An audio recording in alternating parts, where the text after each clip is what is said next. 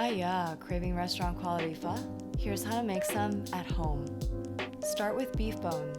I'm using 5 pounds of knee, neck, and oxtail bones. Give them a good rinse until the water runs clear. You're going to want to get rid of any bone fragments so they don't end up in your final pho.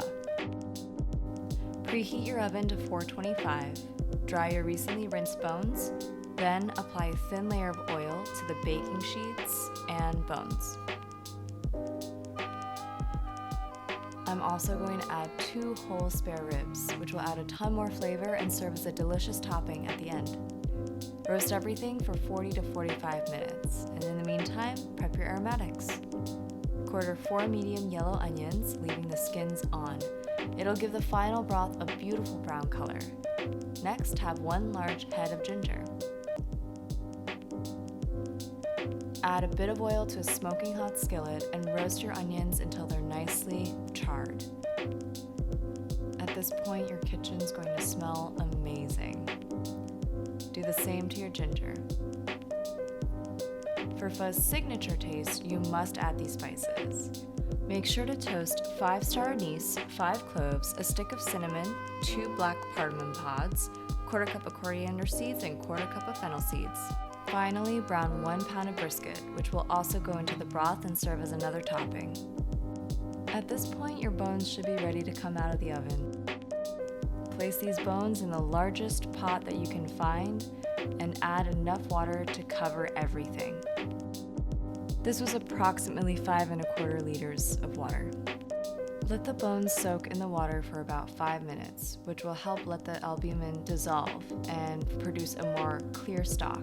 Slowly bring everything to a light simmer, making sure to skim any scum off the surface. After you've removed as much scum as possible, add the veggies and spices to your stock. Don't forget the meat either.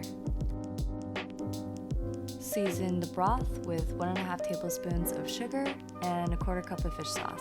Let the broth simmer uncovered for 2 hours and you'll get this amazing broth at the end. After 2 hours, the meats are going to be super tender, as you can see, and your broth is going to be infused with all of the delicious flavors from the bones, meat, and spices.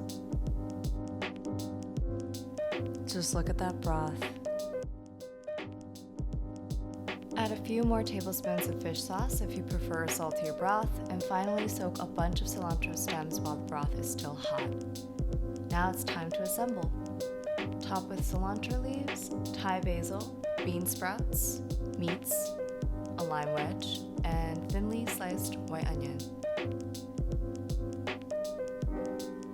Give everything a good mix and go to town. This was so worth the wait. Let me know in the comments if you would like a vegetarian version of this. I'll get to work on developing a recipe. Thanks for watching. Don't forget to like and subscribe, and I'll see you next time. Bye!